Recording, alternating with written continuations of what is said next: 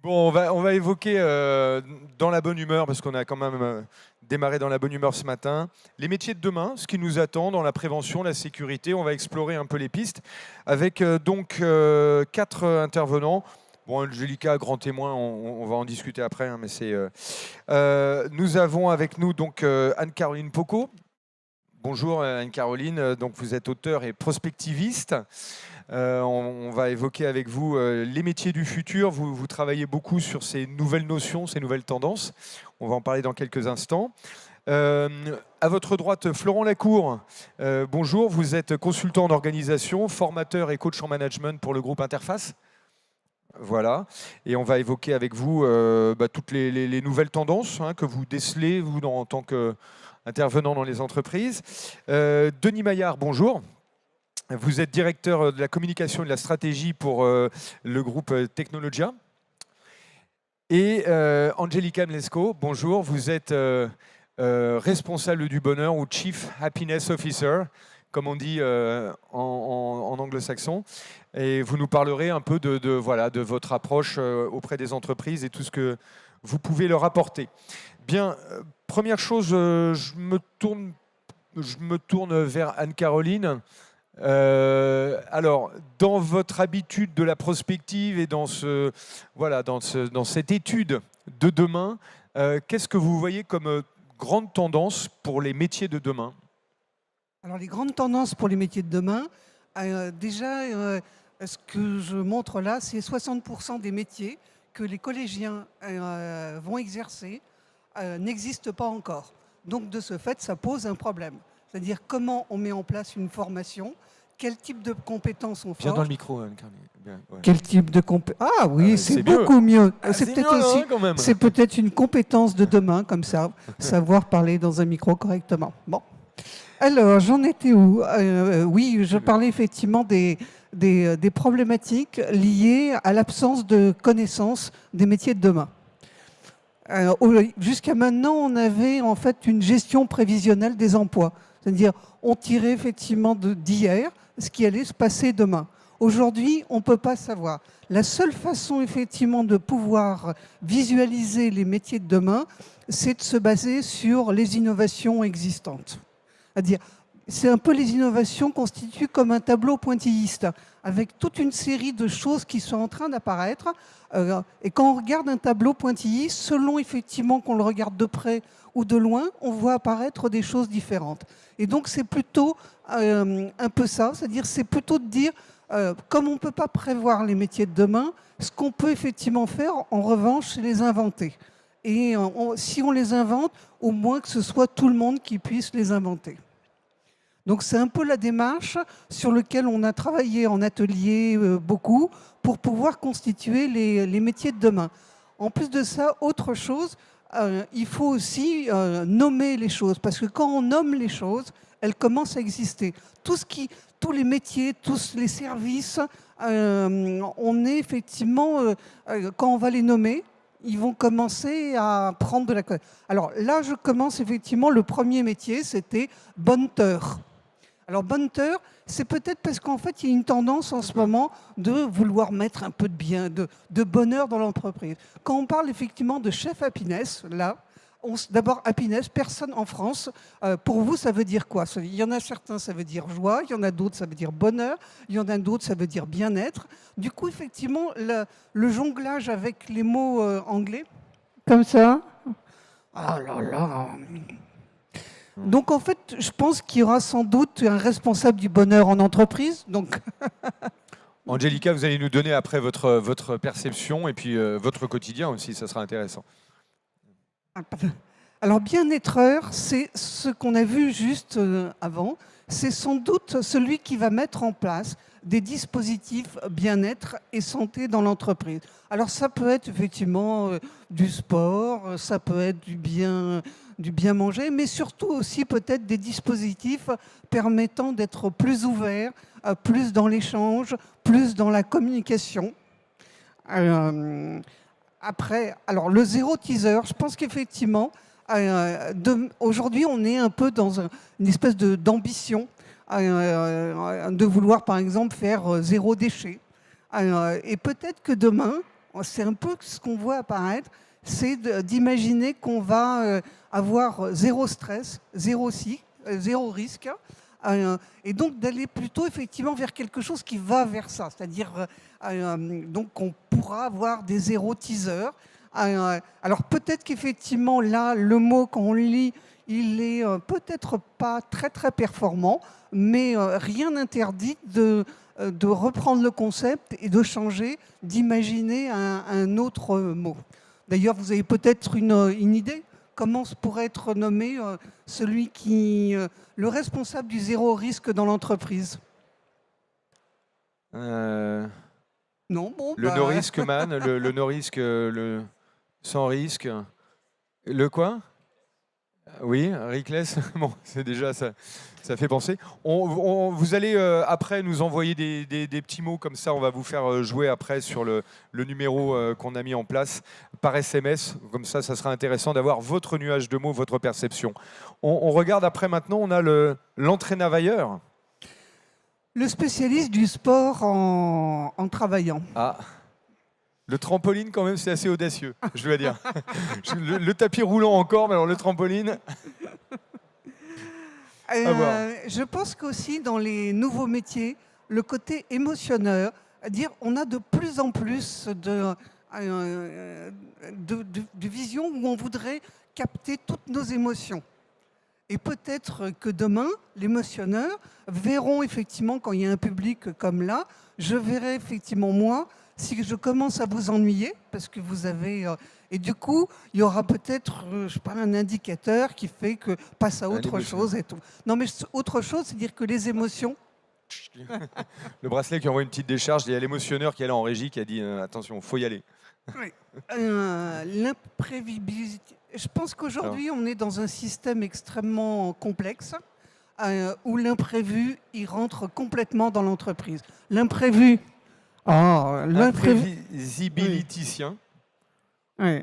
L'imprévu, il est partout. C'est-à-dire, par exemple, ce qui s'est passé cette nuit, on ne l'avait pas prévu, malheureusement.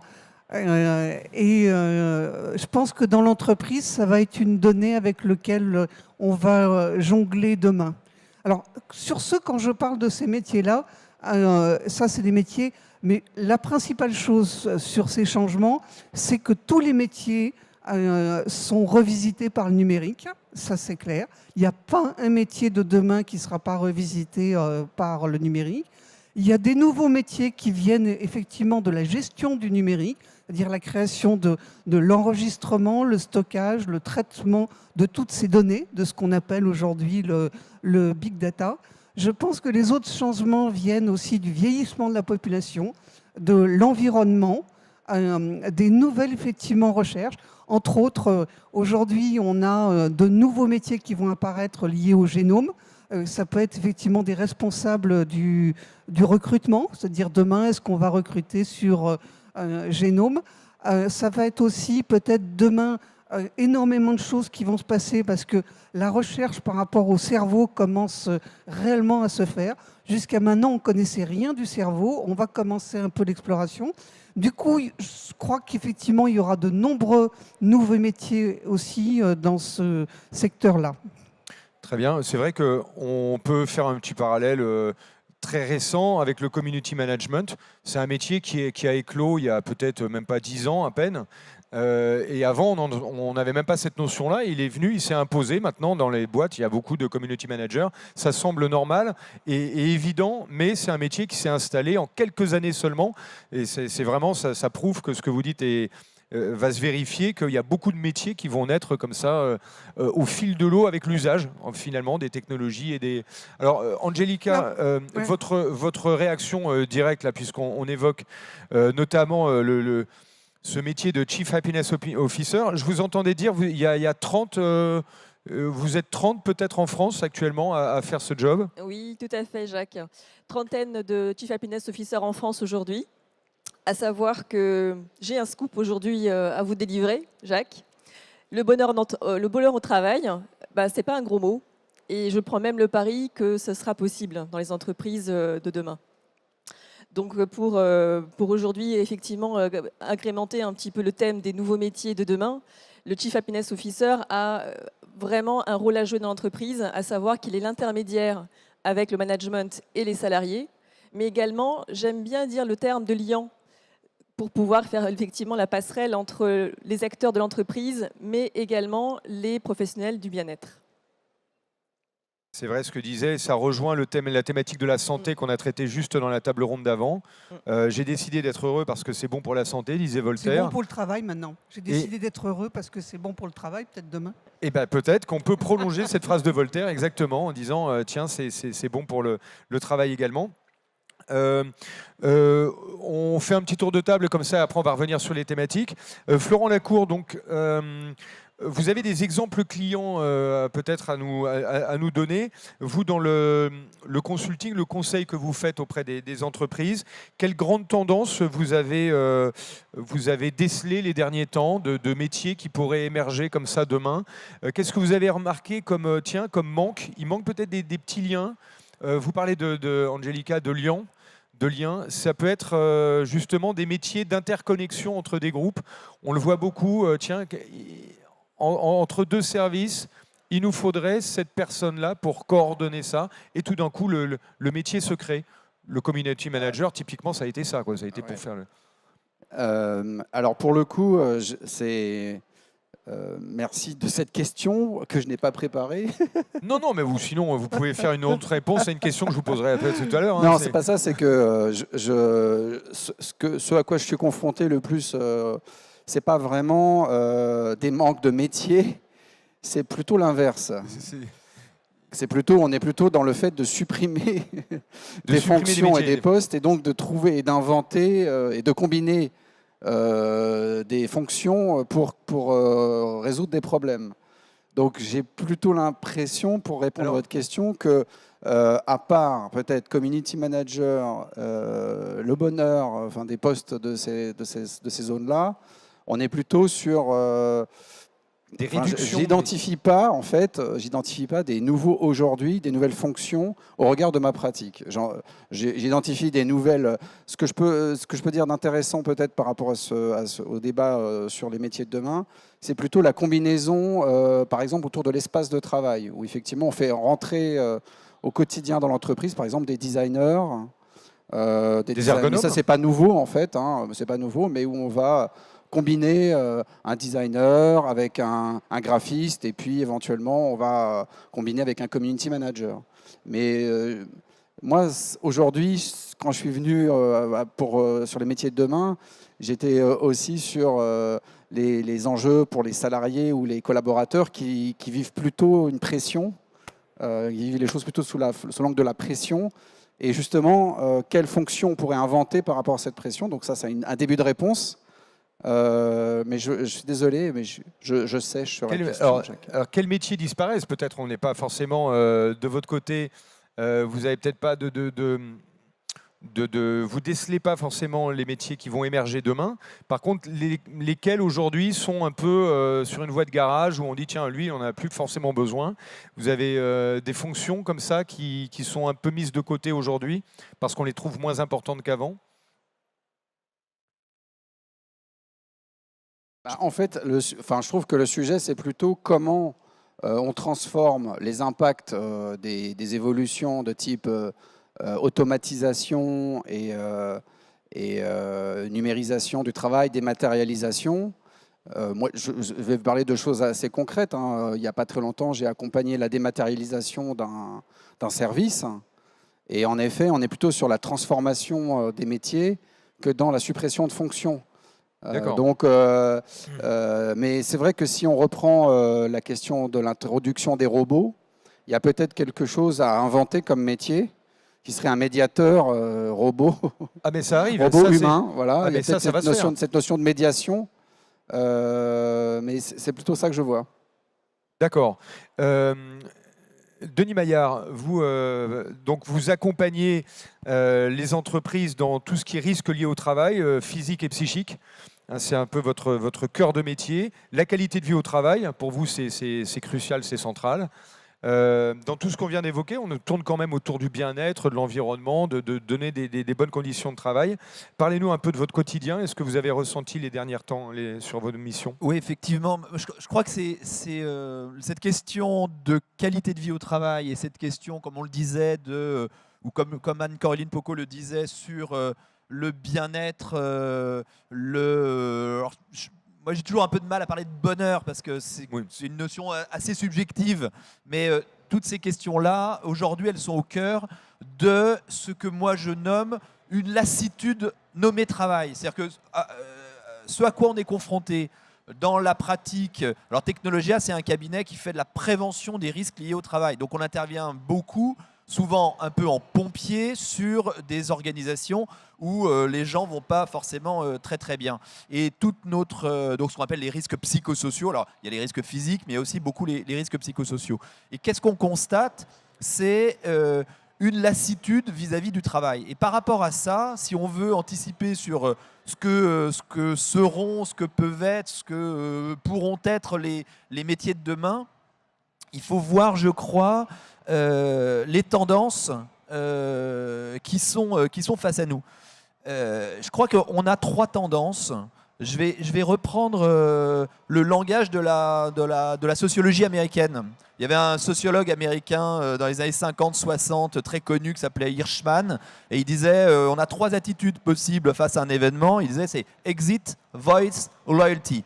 Alors exit, c'est quoi? C'est je m'enfuis, je pars. Et ça, c'est la grande tendance actuellement face à un travail qui est contraint, un travail qui est difficile. C'est ce qu'on appelle le job out. C'est je pars, je switch, je vais faire autre chose. Je reprends ma vie en main et je donne à mon travail un sens et un contenu que je maîtrise. Ça, c'est la première chose. La deuxième chose, c'est voice. Voice, c'est donner de la voix. Je conteste. Et là, aujourd'hui, normalement, c'est le rôle des syndicats. Et les syndicats sont relativement affaiblis aujourd'hui en France notamment. Et c'est vrai que c'est ça qui pêche aujourd'hui un peu dans toute cette grande transformation du travail. C'est qu'est-ce qui va se mettre en place comme collectif de régulation et de protection des gens et des individus. Et puis la troisième chose, c'est loyalty, et c'est je joue le jeu. Et là, on voit bien que c'est difficile de jouer le jeu. Et c'est là où c'est extrêmement intéressant, c'est que je crois que les entreprises sont en train de vivre. Alors, je mets de côté les gens qui veulent fuir, qui arrivent à fuir, qui prennent leur indépendance. On a une augmentation des métiers d'indépendants aujourd'hui. Il va y avoir sur la prévention, la protection des grandes questions qui vont se poser. Si on s'intéresse à ceux qui restent dans l'entreprise, qui ont envie de jouer le jeu de l'entreprise, la question qui se pose, c'est comment est-ce qu'on fait de la qualité de vie au travail? Comment est-ce qu'on redonne du sens au travail? Comment est-ce qu'on permet une reconnaissance par le travail? Et comment on tourne autour de cette notion de qualité de vie au travail, qualité du travail, qualité des produits issus du travail, c'est extrêmement important. Et aujourd'hui, nous, dans nos métiers de prévention, je crois qu'on va s'orienter petit à petit vers ce que Anne-Caroline disait tout à l'heure sur le côté émotionneur. C'est essayer en temps réel de prendre le pouls de l'entreprise, et on est en train de travailler là-dessus avec des logiciels, avec des indicateurs. Alors des indicateurs bien sûr, parce que c'est extrêmement important. On ne peut pas piloter une politique de qualité de vie au travail sans indicateurs, mais aussi en essayant de connecter ça aux données qu'ont les assureurs, les mutuelles par exemple, les complémentaires santé, essayer de corréler ça pour qu'on puisse avoir une cartographie des risques liés au travail, où est-ce que ça va bien, où est-ce que ça va moins bien, et en même temps de pouvoir dire comment on le relie à la santé des gens, parce que en gros ce qui compte, c'est de bien faire son travail, c'est d'être épanoui à son travail, mais d'être en bonne santé au travail. Donc voilà, je crois que les grandes tendances aujourd'hui, elles sont comme ça. Juste, vous allez rebondir direct. Quand on parlait d'exit, est-ce qu'en se posant la question sur les métiers de demain, ça ne nous amène pas aussi à questionner le statut des travailleurs demain? On est là en train de voir que le travail se désorganise considérablement. Il y a un grand philosophe là, qui disait l'autre fois sur une table ronde, l'employeur de demain, les jeunes aujourd'hui, ils auront plus de clients que d'employeurs. C'est-à-dire qu'on va rentrer presque dans une relation un peu commerciale avec les employeurs. On aura moins de patrons et puis on sera chef de projet, délégué. On le voit de plus en plus d'ailleurs, dans le numérique accélère ça. Vous les avez cette tendance?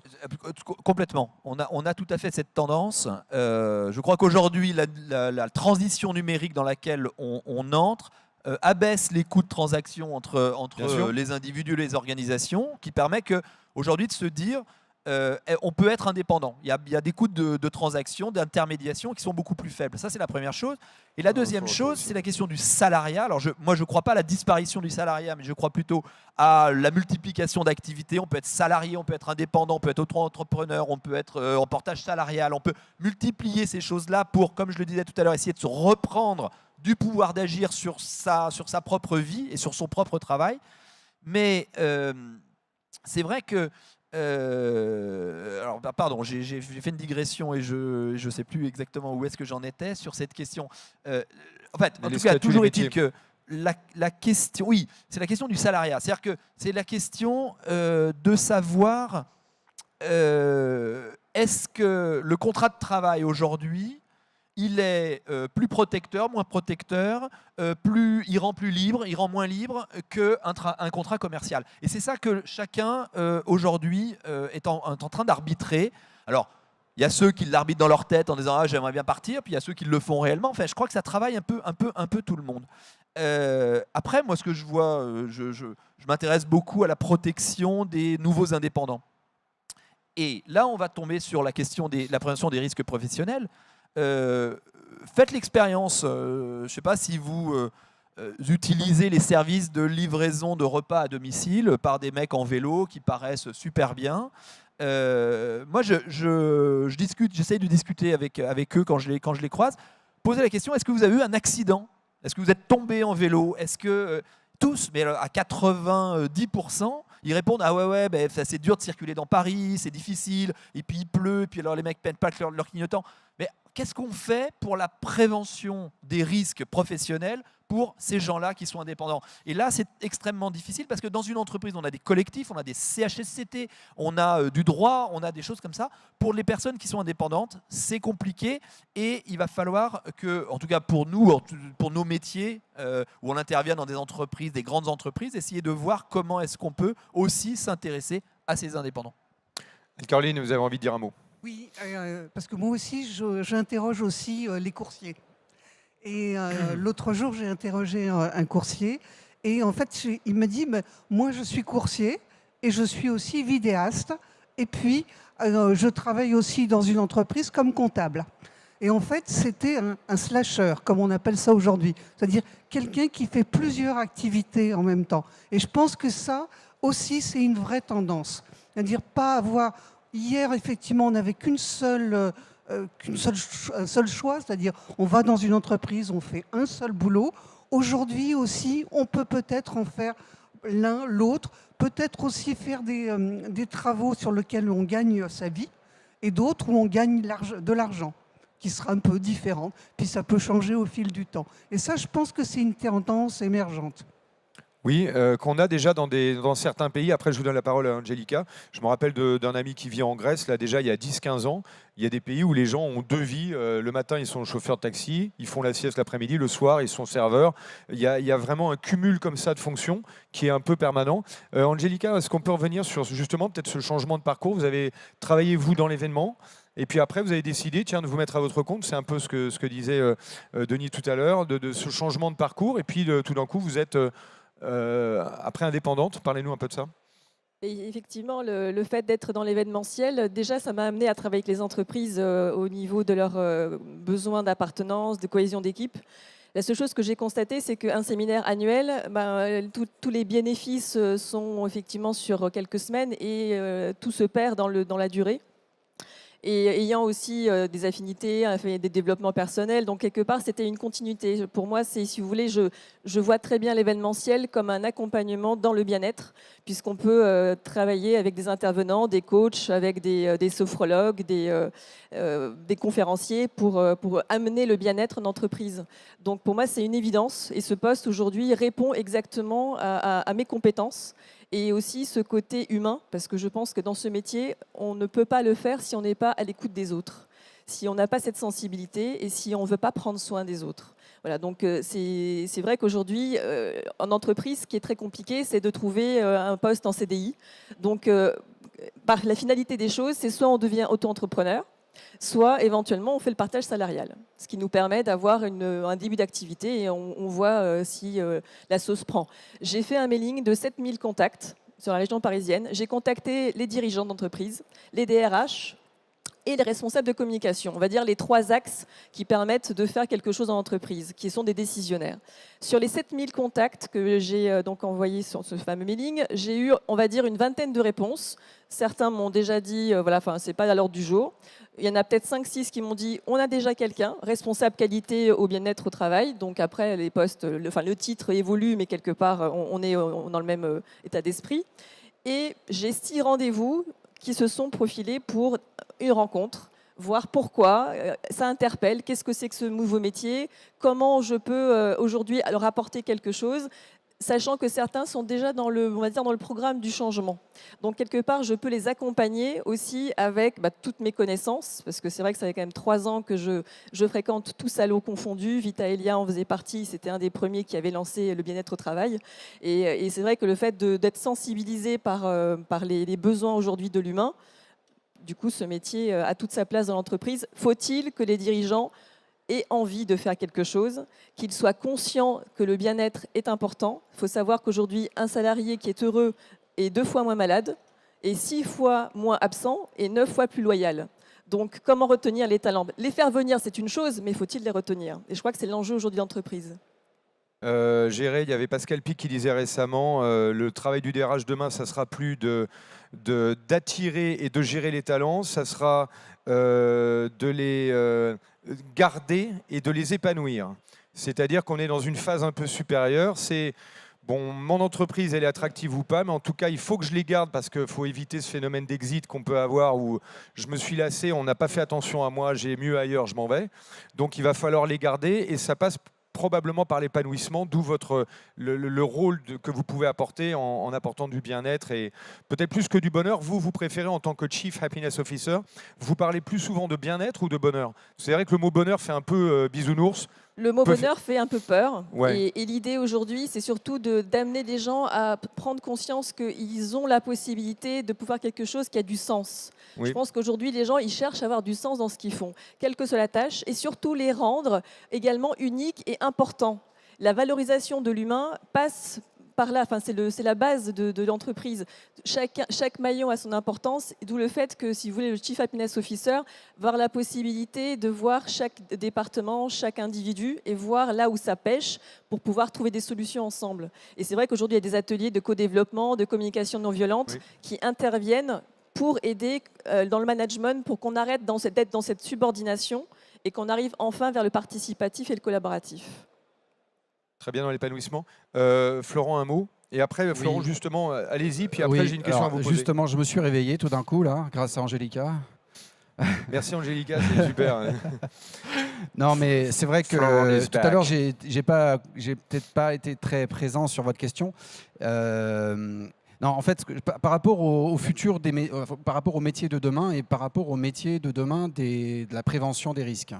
Je pense qu'il y a 2 niveaux il y a 2 questions qui se posent.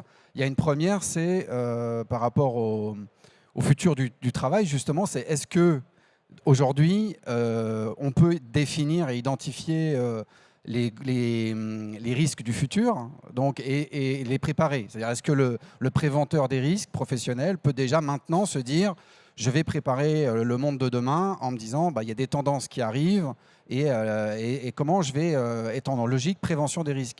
Et là, il y a 4 tendances d'évolution du travail, mais c'est une proposition, hein, ce n'est pas la vérité révélée.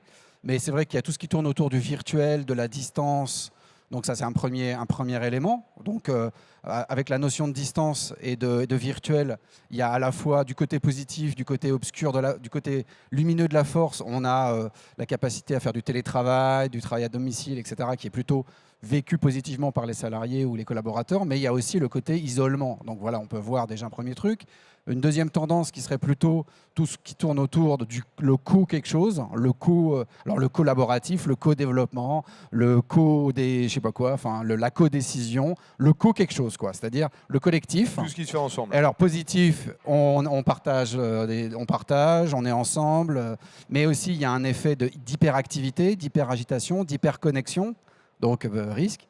Troisième tendance que je vois qui touche autour de l'imprévu, peut-être qu'on en reparlera plus tard, cette espèce de tension, si vous voulez, qu'il y a entre, d'un côté, on veut prédire les choses avec des machines pour les prédire, et en même temps des algorithmes, des choses comme ça. Et de l'autre côté, le fait que plus on veut prédire, moins on a de chances que ça se produise. Hein, donc ça, c'est la théorie du chaos. Bon, et quatrième point, ça tourne autour de l'environnement capacitant, c'est-à-dire qu'on est énormément sur les compétences individuelles, donc la valeur ajoutée dans une entreprise, c'est la personne, c'est l'être humain, mais il y a aussi son environnement et comment l'environnement permet de travailler, donc l'espace de travail notamment. Donc je pense que sur ces 4 tendances, ce que je voulais dire, Jacques, c'est que le métier de préventeur, il doit à la fois réfléchir avec il peut réfléchir avec ces 4 idées-là, voilà, et en même temps, ça l'impacte aussi lui dans son métier. Et si on applique les 4 au métier du préventeur, j'ai envie de dire, est-ce que le préventeur du futur, ce sera un préventeur assisté ou est-ce qu'on est sur la fin de la prévention des risques? Finalement, le boulot d'Angélica, est-ce que ce n'est pas la fin des préventions des risques, enfin, etc. Voilà. Bon, bref. J'aimerais qu'on revienne peut-être tous les 4 sur cette notion d'imprévu que vous avez mise en avant. Nous sommes ici sur un salon de la sécurité, de la protection, de la sûreté. Et en préparant cette table ronde, vous m'aviez dit ça, la notion de risque, peu à peu, est remplacée par la notion d'imprévu.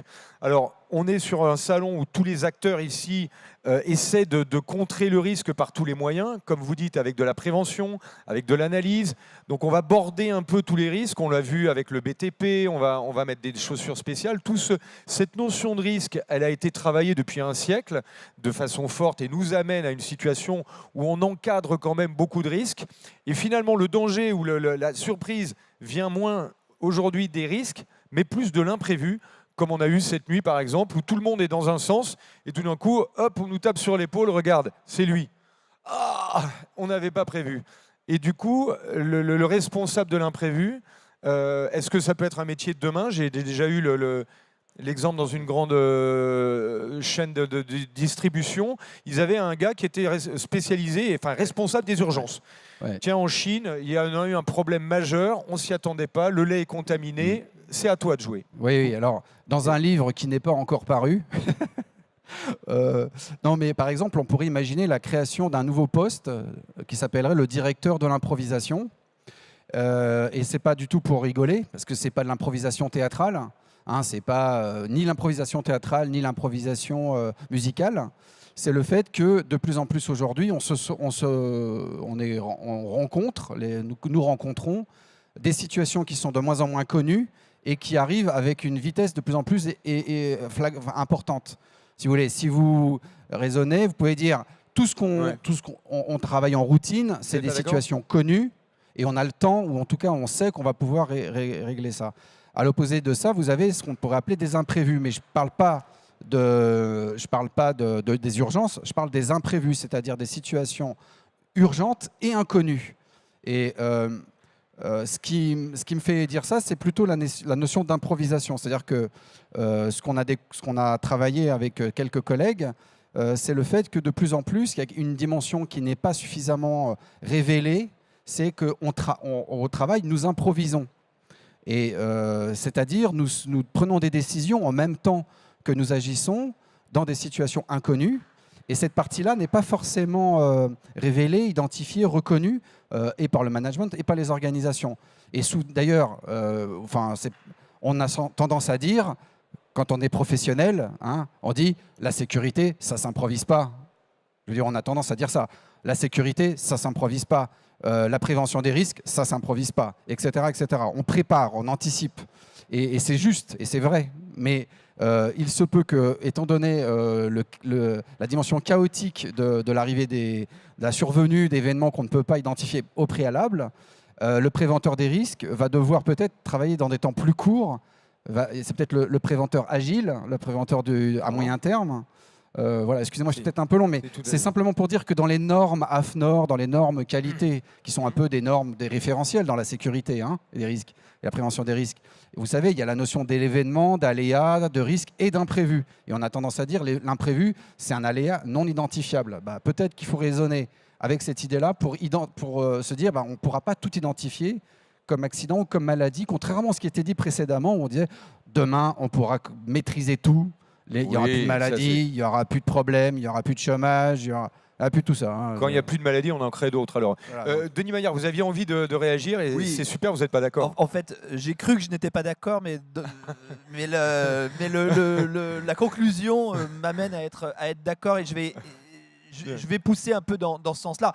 Effectivement, en vous écoutant, ce à quoi je pensais, c'est à ce qui nous est dit aujourd'hui des Facebook, Google, etc., nous disant nous allons maîtriser la maladie, nous allons même maîtriser la mort. Et je pense que c'est bien de revenir à quelque chose d'un peu plus modeste, d'un peu plus humble, en disant, et je suis assez d'accord avec l'idée de l'imprévu. Mais ça pose toute une question qui est une question de sémantique et une question derrière de fond et quelque part de modèle social, et c'est une chose importante. Je m'explique. Tout notre système de protection sociale, il a été bâti sur la notion de réparation.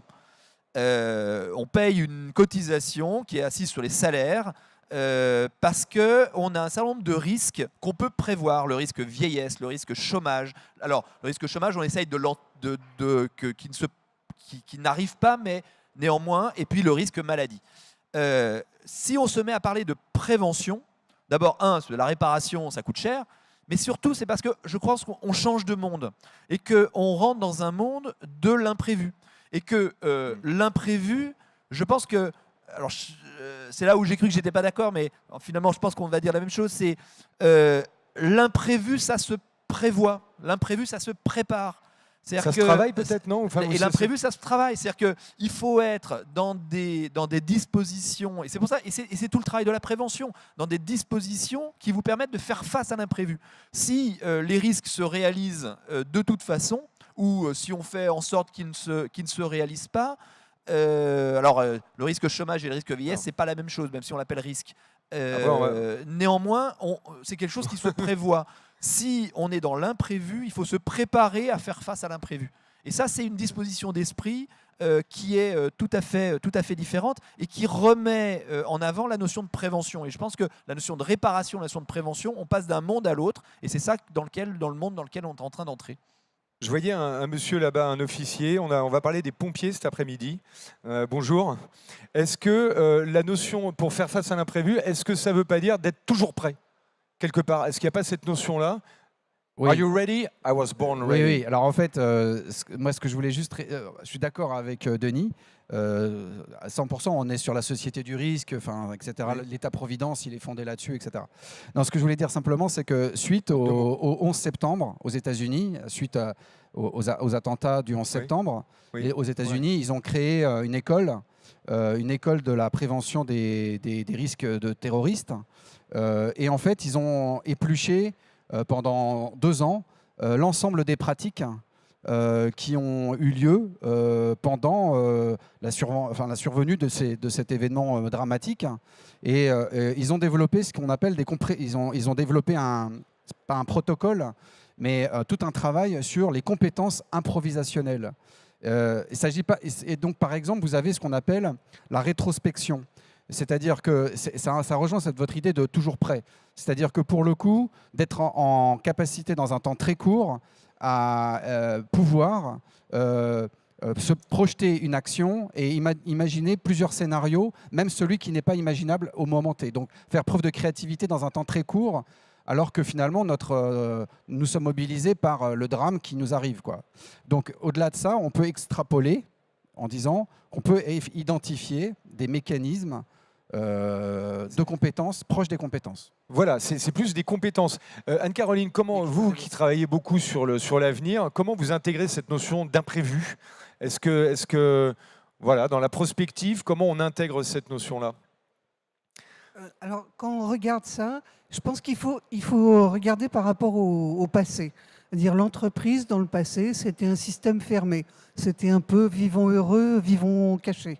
C'est-à-dire que les interactions se faisaient uniquement à l'intérieur.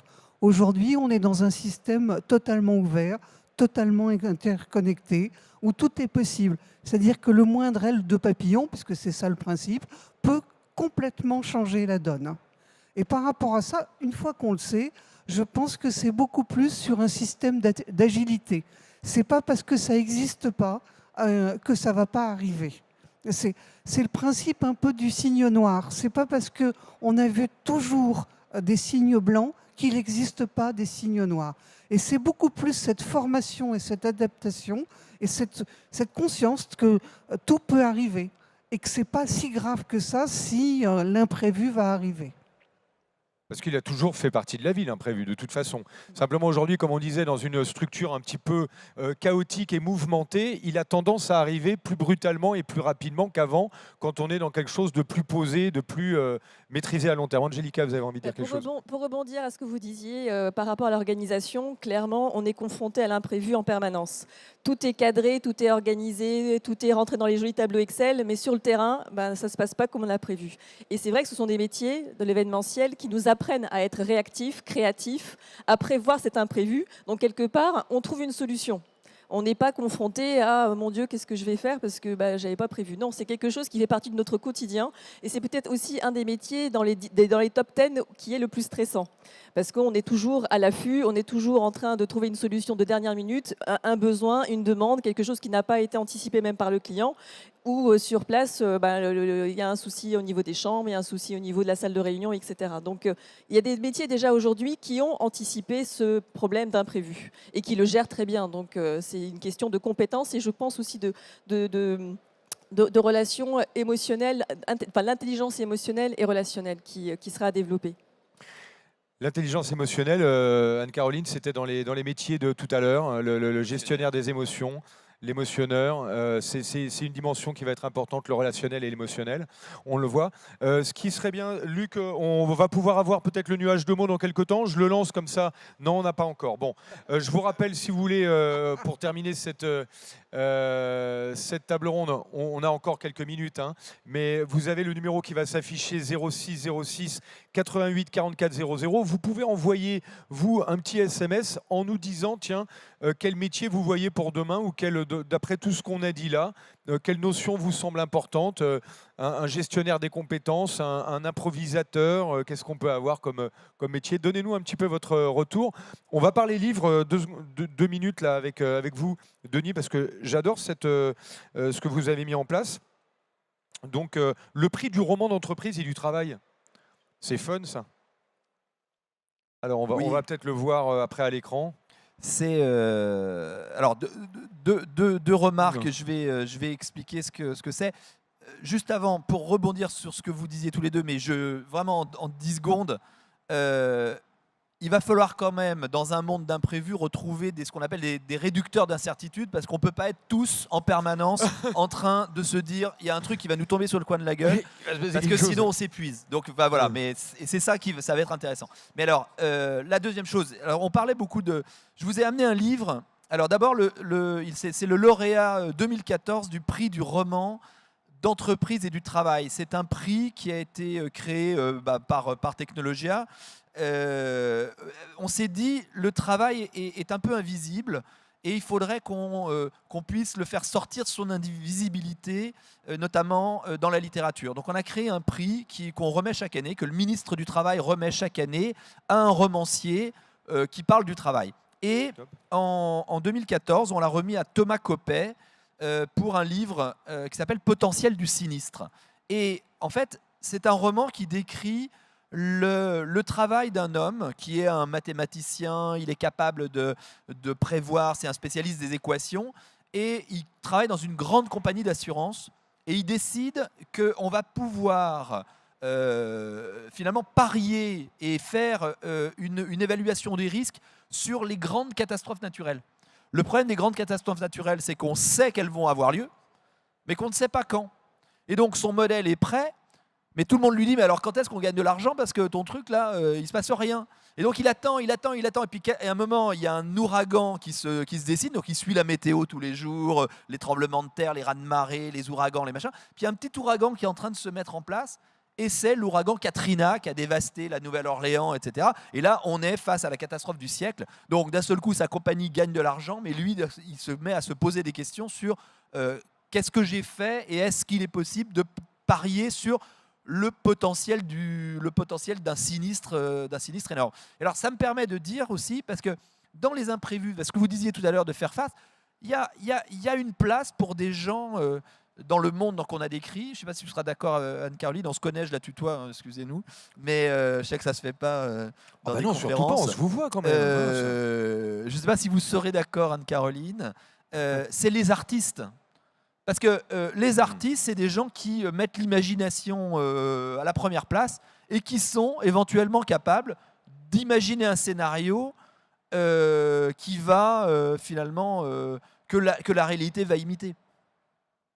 Oui, alors, Angélica. Imagination peut-être, mais je dirais aussi la collaboration avec les partenaires, parce que quand on est confronté à une difficulté sur le terrain, on s'appuie aussi avec les prestataires de services, avec les gens qui nous accompagnent pendant l'organisation de l'événement.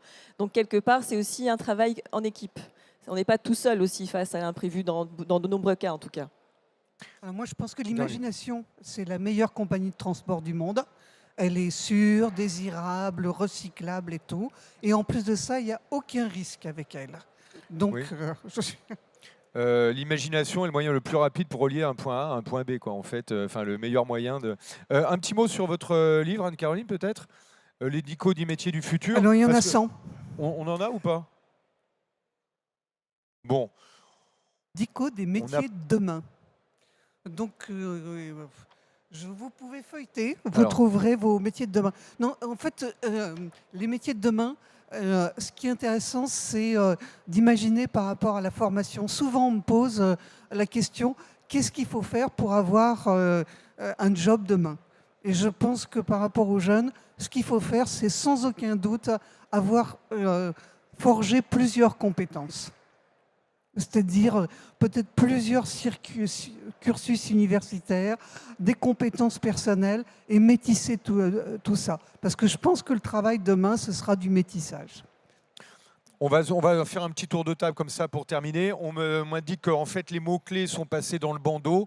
On n'a pas la possibilité de faire un nuage. On va faire un tour de table donc sur les compétences de demain. Alors peut-être, ou comment Angélica, comment vous voyez demain? Il faudra être agile. C'est quoi pour vous pour prolonger ce que vient de dire Anne-Caroline?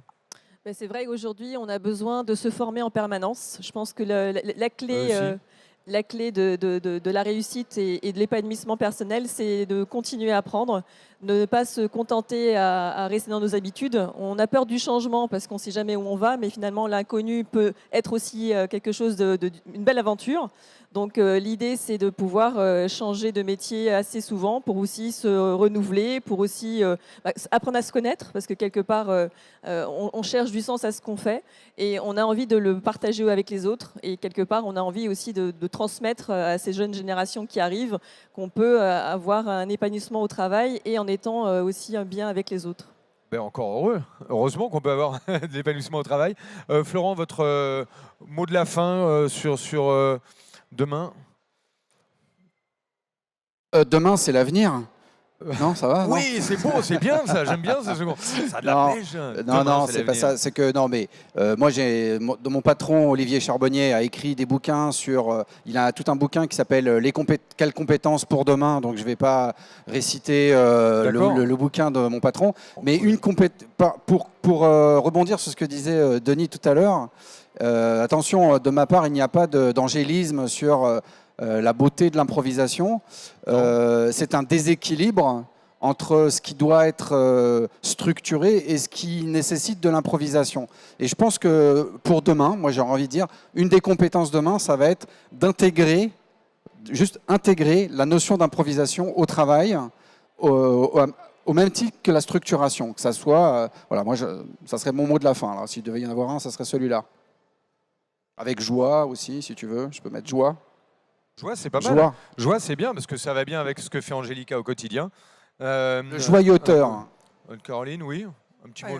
Oui, alors moi, je veux une dernière chose. C'était par rapport aux robots. On a un nombre de chiffres alarmants en disant les robots vont nous prendre 30%, 40%, 50%, 60% des boulots. Et il y a une espèce de panique par rapport à ça. Et donc, je pense qu'effectivement, il faut avoir au moins il y a 3 réactions possibles par rapport à l'arrivée des robots. Le premier, c'est de dire, super, ils vont nous prendre les boulots qui sont un peu pénibles et du coup, on va pouvoir faire des choses qui sont plus intéressantes. Ça, c'est la première réaction. La deuxième réaction, c'est la crainte. en disant « oh là là, l'angoisse » et tout. C'est une réaction tout de même assez répandue et qui arrive chez les plus jeunes. Donc il faut faire attention parce que quand il n'y a plus d'espoir, pourquoi remuer? Et la troisième réaction, c'est tout de même d'imaginer ce que les robots ne vont pas faire, les limites des robots. Les robots, ils ont absolument pas de dextérité. C'est-à-dire, il faut une mécanique de calcul phénoménale pour qu'ils puissent, par exemple, repérer un visage souriant sur une photo. Donc, il y a vraiment des limites. Ils sont aussi absolument pas créatifs. C'est-à-dire, ils ne sont pas du tout incapables de gérer l'imprévu. Donc, il y a toute une série de choses où, justement, dans tous ces métiers-là, il y aura effectivement de l'espace. Bon, eh ben, écoute, ça donne des perspectives. Denis, deux choses. Demain, me semble-t-il, c'est ce qui déjouera de toute façon les scénarios qu'on est en train de faire. Absolument. Donc, ça sera le vrai à la fois, ça imprévu, donne du travail à Anne-Caroline, mais en même temps, ça relativise tout ce qu'on vient de dire. Néanmoins, me semble-t-il que on a quand même des questions qu'il va falloir résoudre. Je crois, et vous le disiez tout à l'heure, je crois que c'est comment est-ce qu'on arrive à être en commun, ensemble, tout en gardant ce qui fait la singularité, la spécificité de chaque individu. Et je crois que ce passage du collectif protecteur à la singularité irréductible les uns aux autres, c'est cette grande question qui va se poser à nous. La communauté un peu, ce sens plutôt le collectif. On a cet esprit communautaire aujourd'hui où on a l'impression qu'il y a plus des personnalités dans la communauté que dans le collectif, quoi. Bon, eh ben, écoutez, merci à toutes et à tous. Moi, j'aime bien le mot réducteur d'incertitude. J'aime bien cette notion-là, c'est pas mal, ça, réducteur d'incertitude. C'est le gars qui va réduire les incertitudes. Il y en aura toujours, mais il va y réduire. Jacques, la notion le terme organisation au départ vise la réduction des incertitudes. Hein. D'accord. Organiser, ça veut dire réduire les incertitudes. Ok, donc je vais aller revoir mes bouquins. Non, c'est pas ça, c'est que... Non, mais c'est vrai, mais c'est pour ça que c'est une autre... Ça revient. C'est plus joli de dire réducteur d'incertitude, finalement. Ah bah oui, carrément. Je m'occupe de l'organisation. Ouais. Je suis réducteur d'incertitude. Certitudeur. Le certitudeur. Ça sera le mot de la fin. Merci à vous d'avoir participé, d'avoir assisté à cette table ronde et merci à tous les quatre de nous avoir éclairés, de nous avoir accompagnés dans cette prospective. Merci à vous.